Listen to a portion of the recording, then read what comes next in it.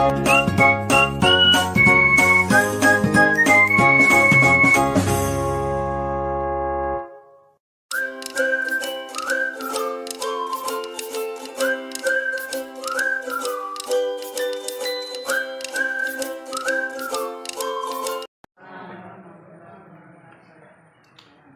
terhormat Bapak PLSD Bapak Salam, rekan-rekan guru yang kami hormati. Alhamdulillah, segala puji bagi Allah Tuhan semesta alam. Salawat dan salam kepada Rasulullah Muhammad SAW.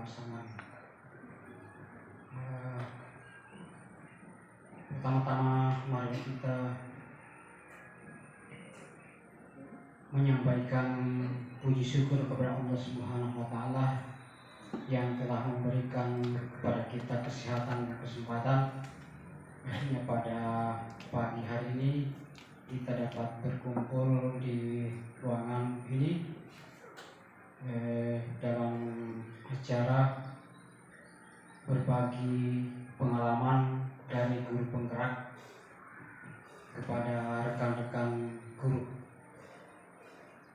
Baiklah, pada kesempatan ini akan disampaikan oleh seorang guru penggerak, Ibu Disti. Pada Ibu disilakan yang berikut.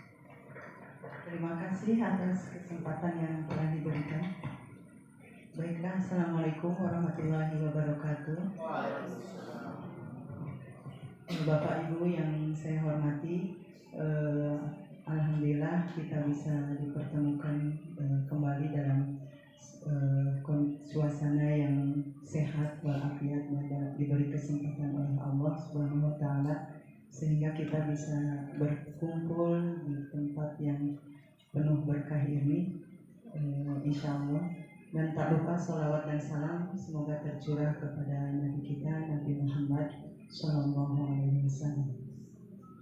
Baiklah Bapak Ibu, di sini saya akan membawakan seminar budaya positif. Saya akan berbagi pemahaman hasil yang didapat dari calon guru penggerak ini. Mudah-mudahan kita bisa untuk mengaplikasikannya nanti di sekolah kita insyaallah. Baiklah, saya akan membawakan budaya positif dari modul 1.4 ini.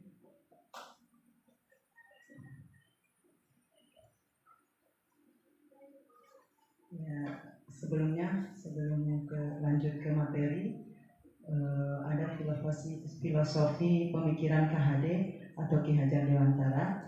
Pembelajaran berarti menuntun anak menjadi manusia yang merdeka sesuai dengan kodrat alam dan kodrat zaman.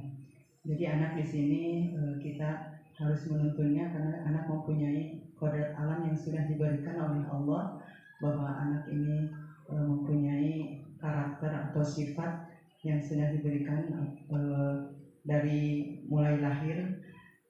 Sedangkan kodrat zaman ini yaitu di masa sekarang sesuai. Jadi kita selaku guru harus mengajar sesuai dengan kodrat alam dan kodrat zaman. Kita tuntun anak-anak kita. Dan pendidikan haruslah menerapkan ingarso sumtulodo ingmadya mangunkarsa dan tuturi handayani. Di sini kita di depan kita memberitahu, terus memberi motivasi kepada anak-anak, dan juga pemasaran KHD ini pendidikan memberikan kebebasan kepada anak untuk mengembangkan ide, berpikir kreatif, mengembangkan bakat atau minat siswa atau merdeka belajar. Jadi anak-anak ini sesuai dengan profil Pancasila, yaitu anak-anak sudah merdeka belajar selanjutnya. Pendidikan ibarat seorang petani dan murid ibarat tanaman. Jadi pendidikan ini guru ini diibaratkan seorang petani yang selalu merawat atau agar tanamannya atau hasilnya nanti bagus, insya Allah dengan dirawat dan dipupuk dan lain sebagainya. Jadi guru itu sama kepada muridnya, harus merawatnya, bagaimana cara ini murid agar nanti hasilnya di luar semakin diterima oleh masyarakat juga. Selanjutnya, pendidikan haruslah menganut asas berikut, yaitu kontinuitas berakar pada budaya bangsa yang berkesinambungan, konvergen, pendidikan memanusiakan manusia, konsentris, yaitu pendidikan menghargai keberagaman. Lanjut ke nilai dan peran guru penggerak. Di sini nilai-nilai guru penggerak mencakup berpihak pada murid, mandiri, kreatif, inovatif, reflektif. Dan peran guru penggerak diantaranya menjadi pemimpin pembelajaran, mewujudkan kepemimpinan murid, mendorong kolaborasi, menjadi coach bagi guru lain, menggerakkan komunitas praktisi. Visi guru penggerak adalah representasi visual tentang bagaimana murid kita di masa depan, yakni mewujudkan profil pelajar Pancasila. Dalam menyusun visi, hendaklah berpihak pada murid sebagai landasan segala perubahan dalam pendidikan dengan pola pikir positif melalui pendekatan inquiry apresiatif menggunakan tahapan baca.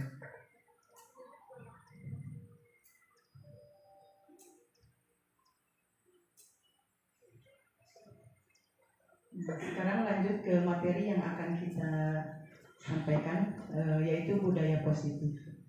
Budaya positif merupakan perwujudan dari nilai-nilai atau keyakinan universal yang diterapkan di sekolah. Jadi universal di sini tak lepas dari suku, bangsa atau daerah. Ya, jadi maksudnya bahasa juga termasuk. Jadi secara universal. Budaya positif diawali dengan perubahan paradigma tentang teori kontrol. Selama ini barangkali kita sebagai guru merasa berkewajiban mengontrol perilaku siswa agar memiliki perilaku sesuai yang guru harapkan. Mengapa penting budaya positif? Pengembangan budaya positif dapat menumbuhkan motivasi intrinsik dalam diri anak untuk menjadi pribadi yang bertanggung jawab dan berbudi pekerti luhur serta akhlak mulia. Jadi menumbuhkan motivasi intrinsik ini, jadi ada kemauan sendiri tanpa bantuan atau ekstrinsik dari misalnya anak harus disuruh. Ya, jadi ini untuk menimbulkan motivasi intrinsik ini dalam diri anak ini agar bisa bertanggung jawab dan berbudi pekerti luhur serta akhlak mulia itu tidak dipaksa. Ya, jadi tidak dipaksakan oleh kita. Jadi anaknya ada dorongan dari dalam, dia mau melakukan perilaku baik ini tanpa disuruh orang lain. Jadi seperti itu ya, mengapa penting budaya positif ini. Nah, contoh budaya positif di kelas, misalnya melaksanakan tata tertib sekolah, cinta kebersihan dan lingkungan, kejujuran, religius, kepedulian, sifat toleransi dan sikap nasionalis. Nah, ini anak melakukannya tanpa paksaan. Untuk melakukan budaya positif tersebut.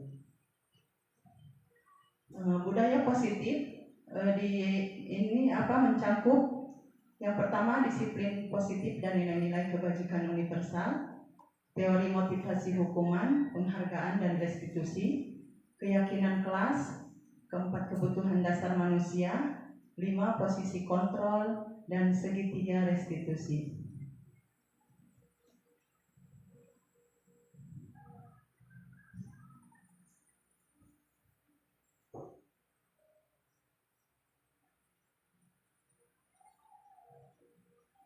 Ya, disiplin positif dan nilai-nilai kebajikan. Yang pertama tadi budaya positif ini adalah disiplin positif dan nilai-nilai kebajikan. Disiplin positif merupakan pendekatan mendidik anak untuk membentuk kontrol diri dan pembentukan kepercayaan diri sehingga mereka bisa berperilaku dengan mengacu pada nilai-nilai kebajikan universal dan memiliki motivasi intrinsik. Nah, ini tadi dia melakukannya sesuai kemauan dia sendiri atau dorongan dari dia sendiri. Makna disiplin, mungkin Bapak Ibu dapat membayangkan apa itu makna disiplin.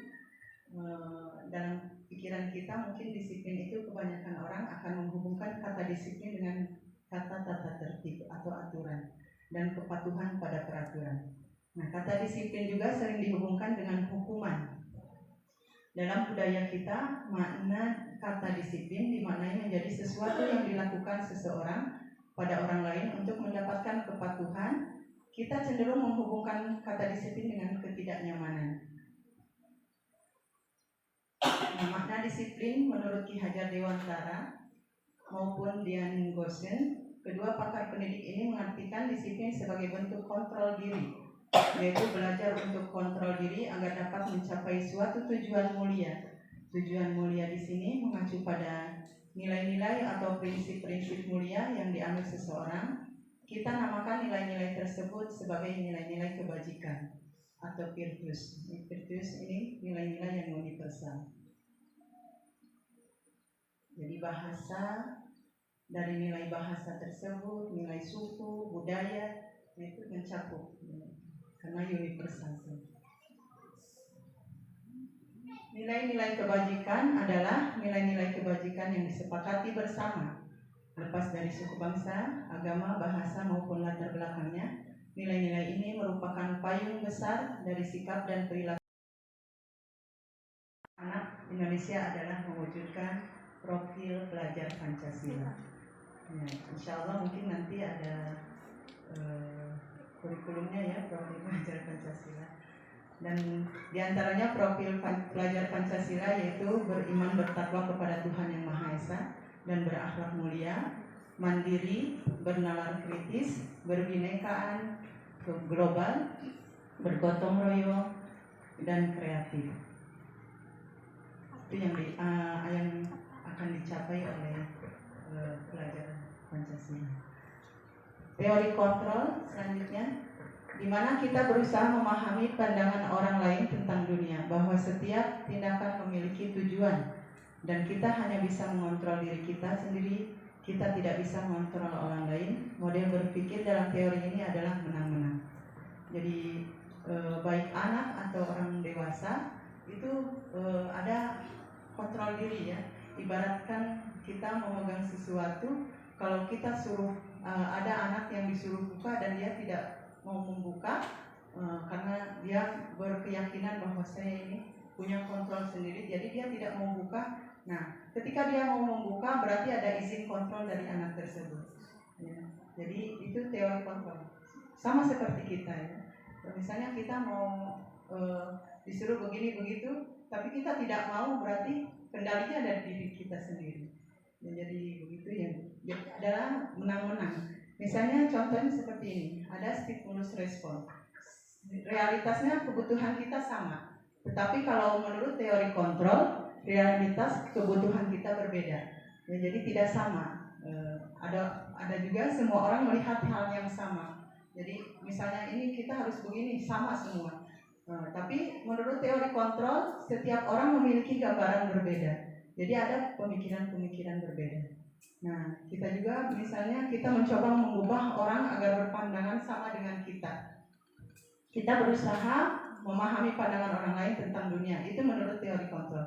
Jadi ada perbedaan ya antara stimulus respon yang kita mungkin ingin sama, orang ini sama seperti kita. Padahal ada dia yang mau merubah atau memahami pandangan orang lain tentang dunia ini berbeda. Itu mungkin diantaranya contoh-contoh stimulus respon dengan teori kontrol yang sesuai dengan teori kontrol ada perbedaan.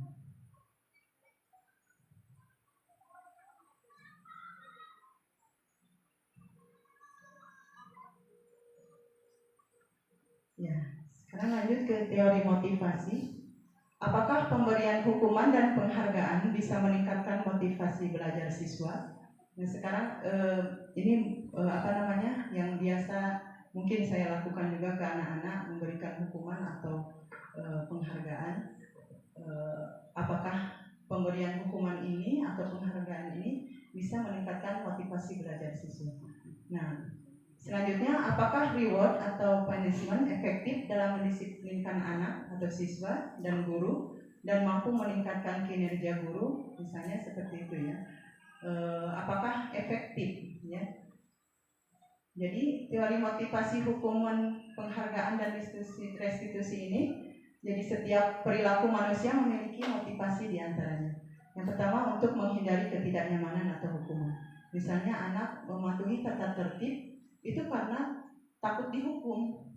Nah, jadi motivasinya apakah takut dihukum atau mendapat imbalan atau penghargaan. Dia mau belajar kalau misalnya nanti diberikan hadiah atau apa ya. Nah, itu teori hukuman atau motivasi ini, apakah kita pilih seperti itu atau misalnya anak atau kita juga ya sebagai guru juga datang ke sekolah ini apakah untuk menjadi orang yang mereka inginkan dan menghargai diri sendiri dengan nilai-nilai yang mereka percaya, atau karena takut misalnya karena tidak ceklok nanti dikurangi gajinya misalnya seperti itu. Jadi ini teori motivasi ini tergantung kita ya. Kita pilih apakah kita untuk menjadi orang yang mereka inginkan atau menghargai diri kita sendiri dengan nilai-nilai yang kita percaya. Ya itulah ya, motivasi ya atau hukuman. Ya. Di sini hukuman dan penghargaan. Hukuman adalah bentuk pengendalian perilaku seseorang yang bersifat memaksa dan menyakitkan dengan menciptakan identitas gagal. Ya, ini memaksa orang-orang ya agar kita memang anak ada yang harus dipaksa ya. Nanti mungkin ada selanjutnya ya. Penghargaan adalah bentuk pengendalian perilaku seseorang dengan suatu benda atau peristiwa yang diinginkan, yang dibuat dengan persyaratan. Hanya jika Anda melakukan hal ini, maka Anda akan mendapatkan penghargaan yang diinginkan. Itulah hukuman dan penghargaan ya. Anak misalnya karena motivasinya mau dihargai, nah itu mungkin yang gagal seperti itu ya. Hukuman dan penghargaan bisa dianggap efektif kalau dilakukan untuk jangka pendek. Nah, bisa saja, tapi jangka pendek, jangan terus-menerus. Nanti anak akan ketergantungan kepada hal-hal tersebut. Ya, jadi bukan dari motivasi intrinsiknya, dari dorongan dirinya untuk melakukan atau belajar itu ya, tetapi dia karena belajar ini karena ingin dianggap atau misalnya karena ada hadiah. Tapi kalau untuk jangka panjang atau dilakukan berulang-ulang sangat tidak efektif, bahkan bisa berubah menjadi hal yang negatif. Karena dia mau melakukan sesuatu karena dorongan atau motivasi dari luar, ya dari luar tadi, ekstrinsik, bukan motivasi dari dalam dirinya sendiri atau intrinsik. Nah, ini restitusi adalah proses menciptakan kondisi bagi murid untuk memperbaiki kesalahan mereka, sehingga mereka bisa kembali pada kelompok mereka dengan karakter yang lebih baik. Menurut Gosen, dan restitusi juga merupakan proses kolaboratif yang mengajarkan murid untuk mencari solusi untuk masalah mereka dan membantu murid berpikir tentang orang seperti apa yang mereka inginkan dan bagaimana mereka harus memperlakukan orang lain. Menurut Chelsea Gosen. Kita lanjut ke keyakinan kelas, budaya positif yang selanjutnya, yaitu yang ketiga adalah keyakinan kelas. Mengapa keyakinan kelas? Mengapa tidak peraturan kelas saja? Jawabnya, mengapa kita memiliki ibarat contohnya seperti ini. Mengapa kita memiliki peraturan tentang penggunaan helm ya pada saat mengendarai kendaraan roda 2 atau motor? Jadi apa tujuannya? Kenapa kita harus memakai helm? Ya, pasti jawabannya kemungkinan untuk keselamatan. Ya, pasti intinya untuk keselamatan. Mungkin ada juga yang termotivasi untuk terhindar dari polisi misalnya, bisa seperti itu. Tapi yang paling ini yaitu untuk keselamatan. Nah, mengapa kita memiliki peraturan tentang penggunaan masker dan mencuci tangan setiap saat? Nah, kemungkinan jawabannya juga adalah untuk kesehatan dan atau keselamatan. Nah, ini nilai-nilai keselamatan atau kesehatan inilah yang kita sebut sebagai suatu keyakinan. Ya, bahwa kita yakin dengan mencuci tangan atau menggunakan masker, insya Allah akan terhindar dari misalnya COVID-19 atau memakai helm. Insya Allah kita akan terhindar dari kalau kecelakaan misalnya tidak ada yang berbahaya ya bagi kita, seperti itu diibaratkan keyakinan kelas tersebut. Nah, keyakinan kelas adalah nilai-nilai kebajikan universal yang disepakati secara tersirat dan tersurat, lepas dari latar belakang, suku, bahasa maupun agama yang dipegang atau diyakini seseorang. Keyakinan kelas adalah kesepakatan kelas yang dibuat berdasarkan nilai-nilai kebajikan universal. Jadi sudah ada kesepakatan ya dari murid kalau kelas dengan gurunya. Jadi ada kolaborasi terlebih dahulu antara murid dan guru. Kalau lebih luas lagi yaitu keyakinan sekolah. Misalnya dari keyakinan sekolah ini yang ikut serta dalam membuat keyakinan sekolah ini ya diantaranya adalah kepala sekolah, guru-guru dan siswa. Jadi harus dilibatkan untuk melakukan keyakinan sekolah ini. Berbeda dengan tata tertib. Kalau tata tertib kan langsung, tidak ada keterlibatan antara siswa dengan guru atau dengan kepala sekolah. Tapi kalau keyakinan kelas ini dibuat harus dengan keterlibatan seluruh komponen atau yang ada di warga sekolah di sini. Nah, kebutuhan dasar manusia. Setiap tindakan seseorang adalah untuk memenuhi kebutuhan dasarnya. Di antaranya bertahan hidup, kasih sayang dan rasa diterima, kebebasan, kesenangan dan penguasaan. Jadi setiap manusia ini membutuhkan kebutuhan dasar. Bukan hanya saja anak kita ya, siswa kita juga sama mempunyai kebutuhan dasar. Ketika mengajar misalnya anak belum makan di rumah, lapar, jadi berulah di kelas, misalnya menangis atau cemburu atau apa dan lain-lain. Sama, guru juga kalau misalnya belum makan kan begitu juga. Ya, jadi setiap anak ini tidak maksudnya dilihat, anak ini kebutuhan dasarnya apa. Misalnya dia berulah seperti ini, kebutuhan dasarnya apa? Apakah dia mau bertahan hidup? Misalnya dia bertahan hidup ini seperti sandang, pangan, papan ya yang seperti kita butuhkan dalam tubuh kita dan kehidupan kita. Dan atau misalnya anak ini karena kurang kasih sayang atau misalnya tidak diterima di lingkungannya. Nah, kita lihat latar belakang anak. Misalnya anak ini butuh kebebasan atau kesenangan dan penguasaan. Jadi kita lihat latar belakang anak tersebut, mengapa sampai berulah seperti itu. Ya. Jadi ada contoh seperti ini. Aku senang main kejar-kejaran dengan ibu guru terus. Nah itu kebutuhan dasar kesenangan. Ya, karena dia senang main kejar-kejaran. Jadi dia terpenuhi kebutuhannya. Terus yang contoh kedua, ibu kejar aku karena ibu guru sayang aku. Nah itu kebutuhan dasar kasih sayang. Terus aku hebat kan, bisa bikin ibu guru kejar aku. Nah itu penguasaan. Ya, jadi power, dia punya power untuk mengendalikan orang lain. Aku bosan belajar mewarnai terus di dalam kelas. Nah itu kebebasan. Ya, kebutuhan anak ini kebebasan. Misalnya anak bosan begini gitu, dia mau ada kebutuhan kebebasannya ini yang mau dipenuhi. Selanjutnya, Bonnie suka mengambil makanan punya teman-temannya. Itu kebutuhan dasar di sini tadi ya biasa penguasaan atau kebebasan dan bertahan hidup. Yaitu bertahan hidup seperti tadi Bonnie suka mengambil makanan punya temannya atau penguasaan biasa. Ya, lanjut ke posisi kontrol. Jadi ada 5 posisi kontrol guru di sini.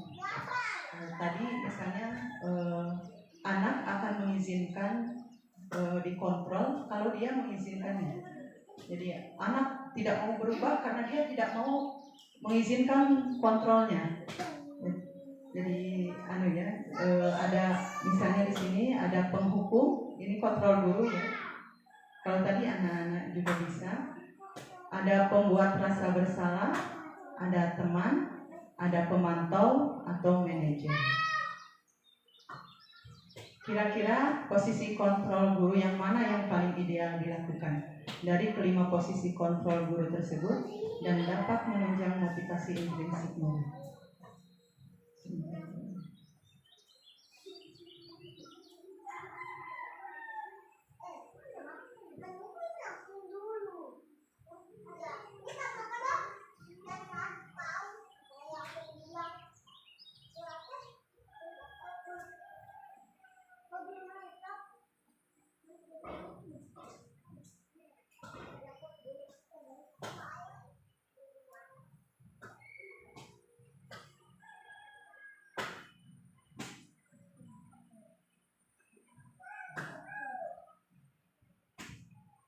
Ada contoh Bu, ini ada contoh lima posisi kontrol.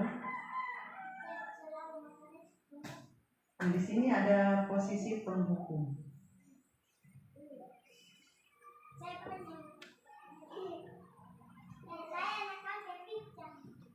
Ini posisi penghukum.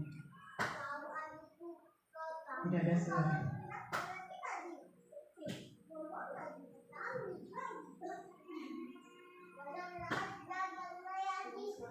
Iya.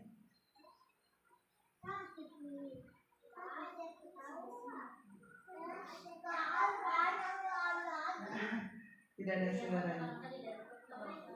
Ya, Bu.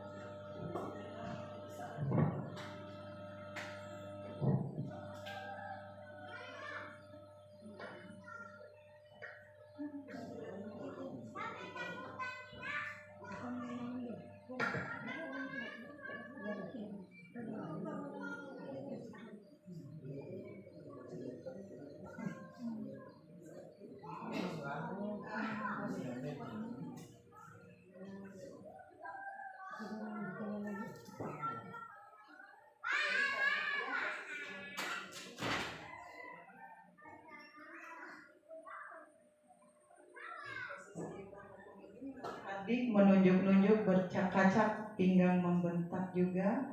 Terus hukum verbal atau fisik yang dianukan kepada anaknya. Dampak posisi penghukum ini, murid menjadi pendendam nanti, tidak menyukai guru atau mata pelajaran yang diampu. Nah, selanjutnya yaitu posisi pembuat merasa bersalah. Ini terlambat Bu ceritanya, datang ke sekolah. Jadi seorang guru BP, dia memanggil anak tersebut.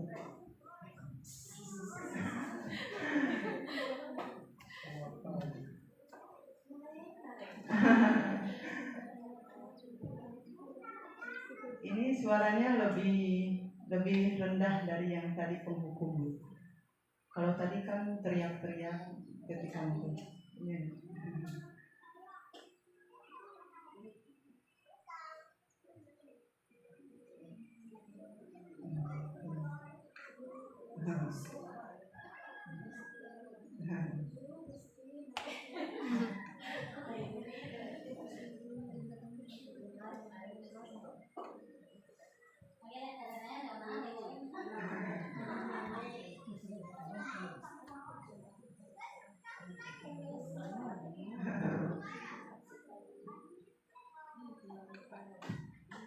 Jadi ini anak merasa bersalah kalau menggunakan posisi seperti ini.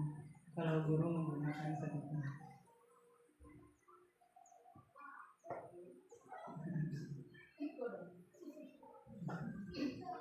Nah, ini pembuat merasa bersalah tersebut. Nah, suara cenderung lebih lembut. Tenang, namun kata-katanya menyalahkan murid. Guru akan menyatakan hal-hal yang merasa kesalahan ada pada murid dengan membuat guru menderita. Jadi gurunya menderita karena ulah si murid. Yeah. Dampak posisi membuat merasa bersalah ini membuat murid merasa bersalah, identitas gagal termasuk kayak tadi. Jadi anaknya nanti jadi rendah diri, ya tidak percaya diri. Nah, ini posisi teman, ya guru sebagai guru yang menggunakan posisi teman.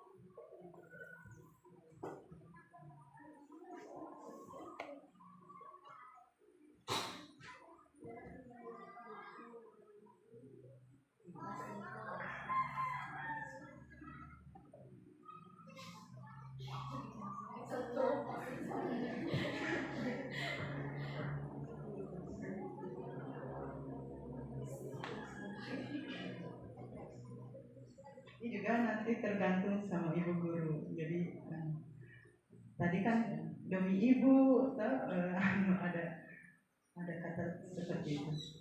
Nah, suara ibu guru akan ramah posisi tersebut, cenderung bersenda gurau untuk menghangatkan suasana, dan murid akan merasa senang, aman, dan akrab dengan guru. Identitas yang tercipta adalah identitas sukses atau berhasil. Kalau yang tadi dua itu gagal, kalau ini berhasil, tapi namun ada peringatan juga. Dampak posisi teman ini, murid akan bergantung pada satu orang. Faktor ketergantungan, murid tidak mandiri dan tidak bisa berpikir untuk diri sendiri, ya, sehingga orang-orang tertentu saja yang dia mau ikuti. Nah, selanjutnya itu posisi pemantau atau monitor.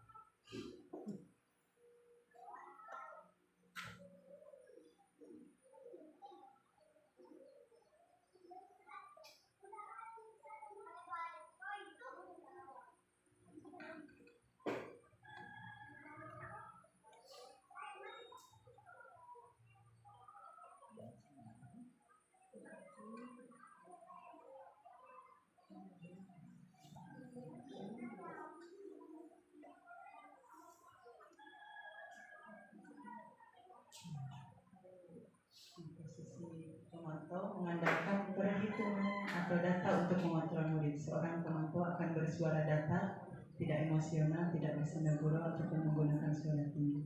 Tercipta identitas diri positif. Tapi dampak posisi ini, murid akan menghitung konsekuensi dan hadiah seperti tadi, mau dihargai. Nah, ini posisi terakhir yaitu posisi manajer.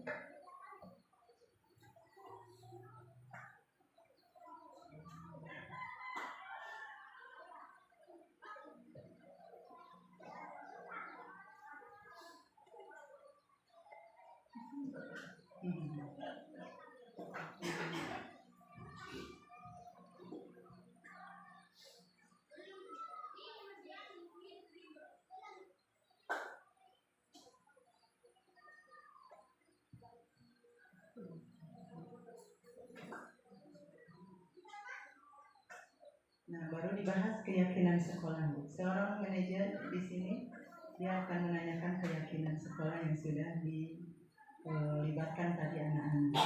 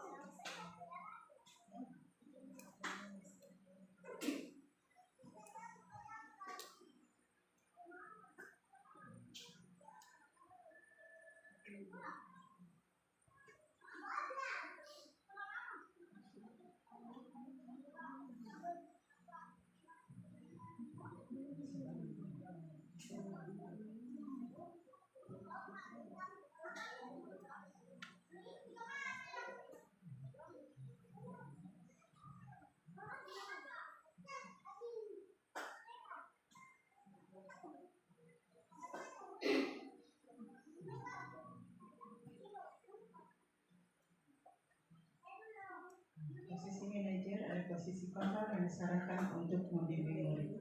Suara manajer netral, tidak emosional, tidak terlalu ramah dan tidak bernada tinggi. Tercipta identitas berhasil. Guru akan dengan tulus mengaktifasi implisit murid. Jadi agar murid ini mendorong atau terdorong dari dirinya sendiri. Jadi yang ideal menurut kita mungkin sudah dipahami tadi ada beberapa yang ideal. Yang paling ideal di sini adalah posisi manajer. Posisi manajer adalah posisi di mana guru berbuat sesuatu bersama dengan murid, mempersilahkan murid mempertanggungjawabkan perilakunya. Jadi menganalisa kebutuhan dirinya maupun kebutuhan orang lain dan mendukung murid agar dapat menemukan solusi atas permasalahannya sendiri. Posisi ini memang paling ideal yang ingin dituju oleh setiap pendidik dan mampu menerapkan disiplin positif yang berpihak pada murid, yang memerdekakan murid, yaitu untuk menciptakan murid-murid yang mandiri, merdeka dan bertanggung jawab. Nah, posisi kontrol manajer ini juga biasa melakukan posisi sebagai teman, terkadang melakukan sebagai teman atau pemantau. Nah, tapi itu terkadang, tidak sering masih melakukan seperti itu.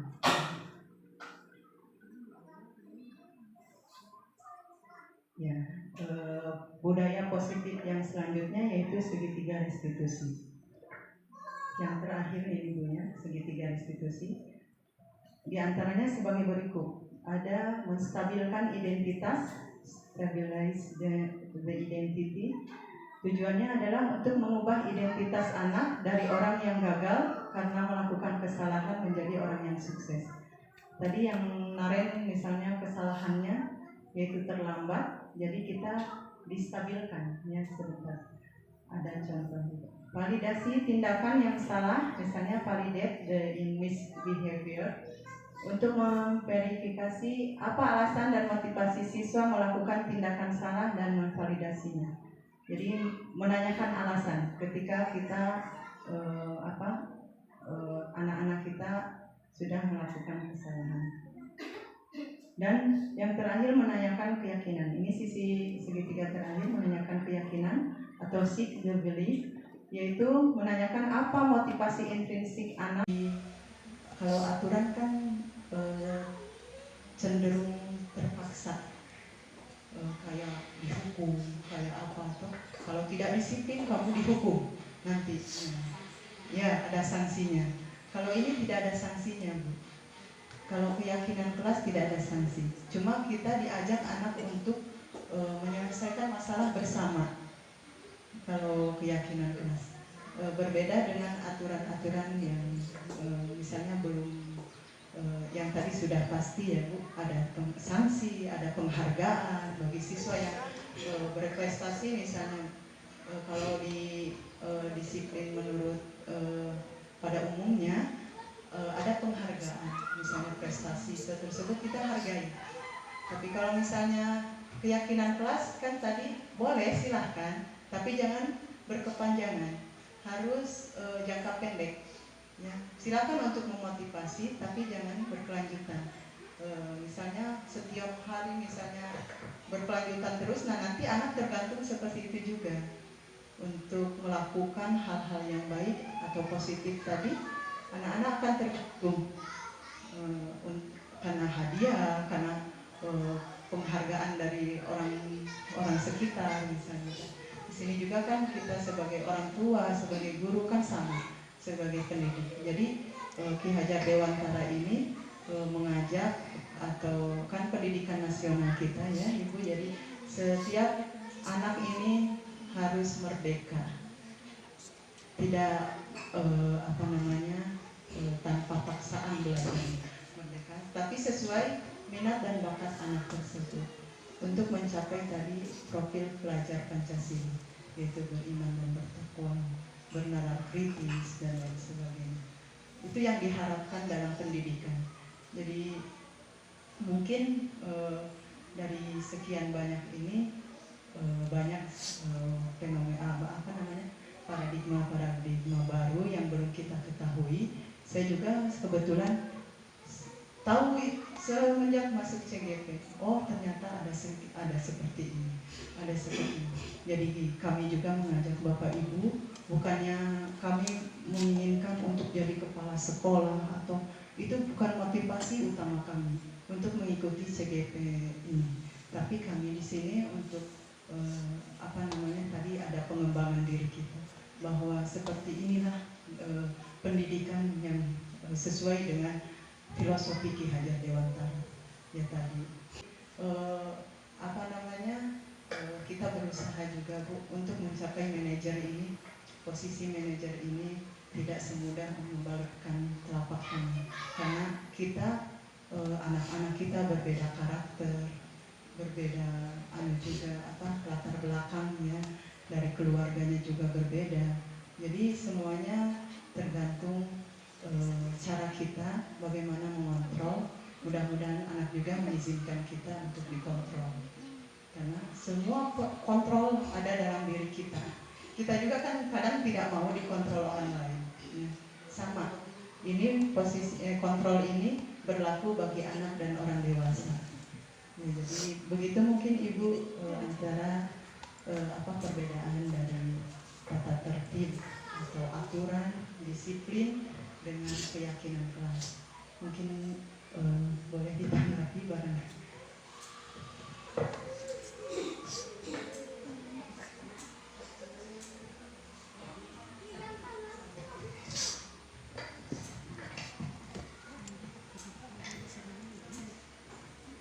Terima kasih. Setelah mendengar penjelasan dari Ibu sebagai guru tugas, saya dapat simpulkan bahwa barangkali kita membuat dulu aturan atau kesepakatan, kemudian kesepakatan yang dibikin secara tertulis itu harus dilaksanakan dengan hati nurani, bukan dengan paksaan atau dengan misalnya karena ada penghukuman. Tapi apa yang kita sepakati itu kita harus sesuai dengan hati nurani kita, hati nurani anak. Barangkali itu yang dimaksud dengan keyakinan kelas. Karena kalau misalnya seperti tadi saling menghargai, itu kan tidak tertulis itu secara spontan dirasakan sama anak-anak atau guru. Tapi kalau ada kesepakatan misalnya tertulis, nah itu yang ditulis itu barangkali bisa dilaksanakan dengan betul-betul dengan hati nurani. Demikian Bu. Assalamualaikum warahmatullahi wabarakatuh. Dari keyakinan kelas ini Bu, tadi sudah disampaikan bahwa tertulis. Jadi silakan tertulis, misalnya di pampang, misalnya tepat waktu, disiplin dan lain sebagainya. Biar teringat terus, anak-anak biar melihat, oh ada keyakinan kelas yang harus kita lakukan, yang harus kita laksanakan ketika kita.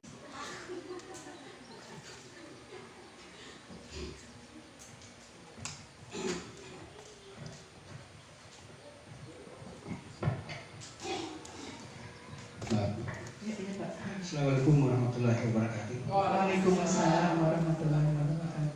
Alhamdulillah, seminar berbagi pengalaman dengan budaya positif di sekolah ini saya lihat ya sangat hidup ya, karena ada teman yang sangat-sangat kreatif memberikan pertanyaan, sanggahan, bahkan saran terkait dengan apa yang dipaparkan oleh Ibu tadi. Namun dari beberapa teman yang lain barangkali ada yang belum sempat menyimak lebih jauh apa makna dari video yang ditayangkan oleh Ibu tadi. Jadi yang kata lain bahwa video tadi walaupun suaranya tidak kedengaran, kita bisa lihat, kita bisa saksikan apa yang terjadi pada pelaksanaan atau pemberian hukuman ataukah pemberian penjelasan alasan-alasan terhadap manajer, guru dan guru pembimbing di kelas itu. Namun sebelumnya itu barangkali kita kembali ke keyakinan kelas supaya kita lebih lebih mantap di situ.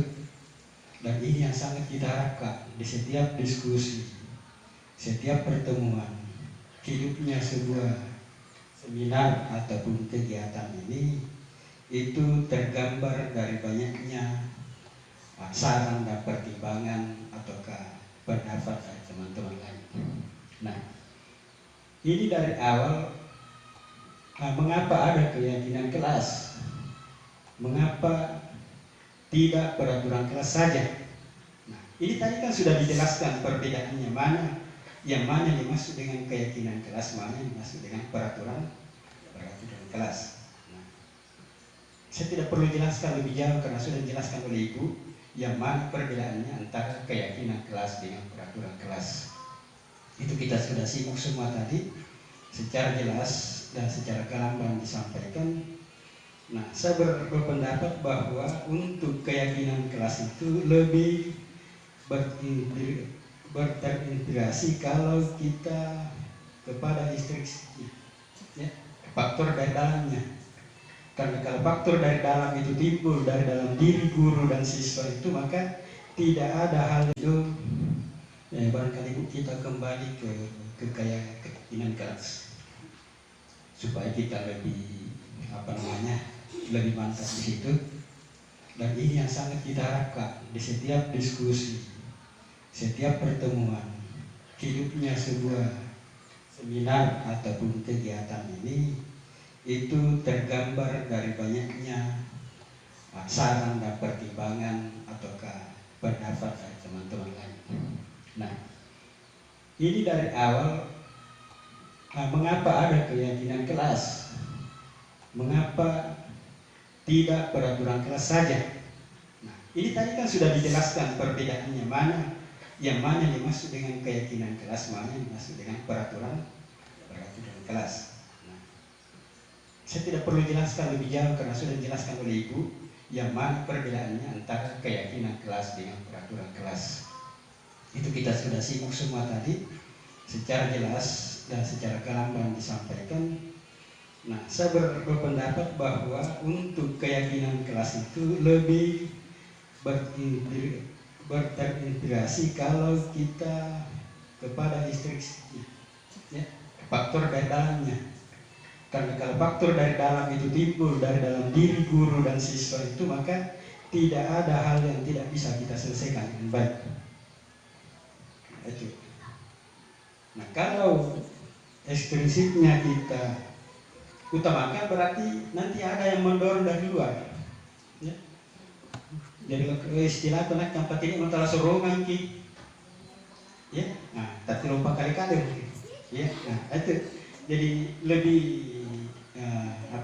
berkompetensi ya, kalau intrinsipnya diutamakan. Tapi ekstrinsip juga tidak boleh diabaikan, karena itu faktor dalam dan faktor luar itu ada, ya, masing-masing menunjang, tetapi lebih diutamakan pada intrinsipnya. Nah, inilah tujuan kita untuk mengikuti kegiatan yang seperti ini. Kemudian tadi di video sudah ditayangkan siswa yang melakukan pelanggaran beberapa kali.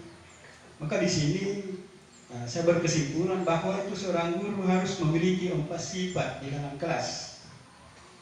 Sifat pertama, guru itu harus bersifat sebagai polisi. Apa sebabnya? Karena polisi itu sifatnya menanyakan, menginterogasi, menganalisis, dan ya macam-macam yang tidak hubungannya dengan pendidikan. Maka searah dengan pelajaran kita di SPG dulu itu adalah didaktik, metodik, cara-cara mengajar dan memberikan hukuman dan sanksi kepada siswa. Maka berikanlah hukuman kepada siswa itu yang sifatnya mendidik. Jangan memberikan hukuman yang membuat anak itu kesal. Ya. Nah, itu tadi saya berkesimpulan seperti itu. Kemudian yang 4 itu adalah sifat guru itu harus bersifat sebagai orang tua di kelas. Nah, ini sekejam-kejamnya orang tua, sekejam-kejamnya harimau tidak pernah memakan anaknya sendiri.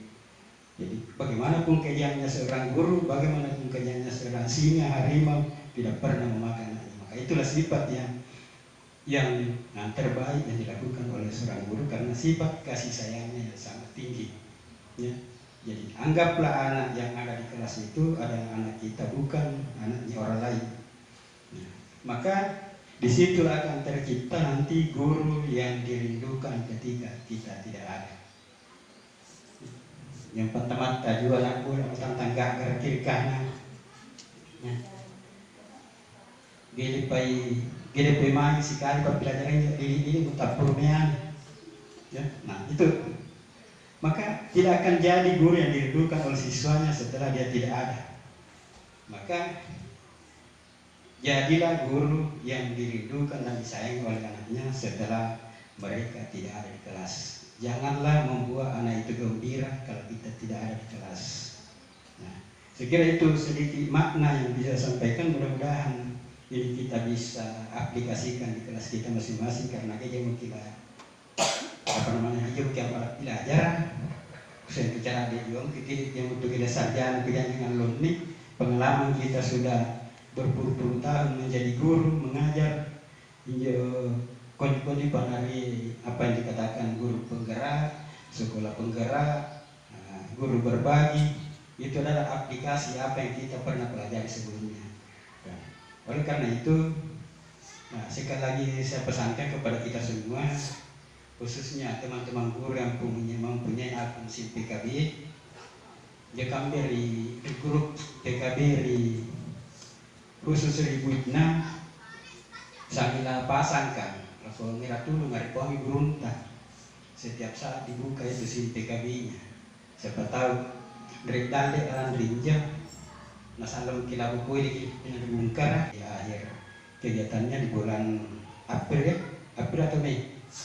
Bulan April ya, sehingga dapat sukses dengan baik dan yang lain juga ikut menyusul. Dan jangan berprinsip bahwasanya saya ini ada guru ya bukan PNS. Itu Pak Ridwan di STMK 5 itu guru honorer. Ya. Dia memantau pelaksanaan karena dia masuk ya praktik ya, pengajar praktik Itu guru honorer itu dia di SMK 5. Dia membantu, membimbing, mendampingi guru-guru yang lulus CGP di SMA dan SMK Kabupaten Kepulauan Selayar. Bisa kita bayangkan berapa besarnya ya, ilmu yang kita peroleh dari CGP ini, walaupun kita sebagai guru non PNS dapat membantu dan membimbing guru-guru yang PNS yang kebetulan lulus di CGP. Nah, cuma itu yang masuk di di CGP dulu, baru kita masuk di pengajar praktek. Jadi begitu prosedurnya.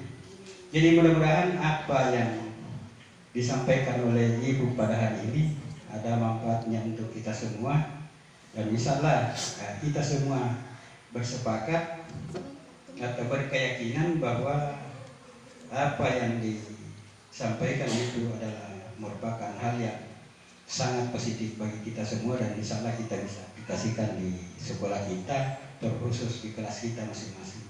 Saya kira demikian sekedar tambahan, dan kalau masih ada teman-teman yang ingin bertanya, ingin memberikan sedikit ulasan terkait apa yang ditanya oleh Ibu tadi, saya persilakan, dan saya dengan ucapan Assalamualaikum warahmatullahi wabarakatuh. Waalaikumsalam warahmatullahi wabarakatuh.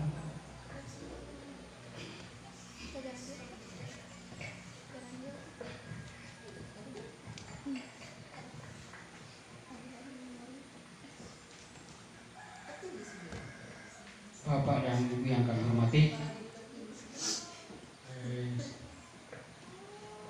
sebenarnya masih banyak teman-teman yang ingin berpartisipasi, bertanya, tapi karena waktu sudah tidak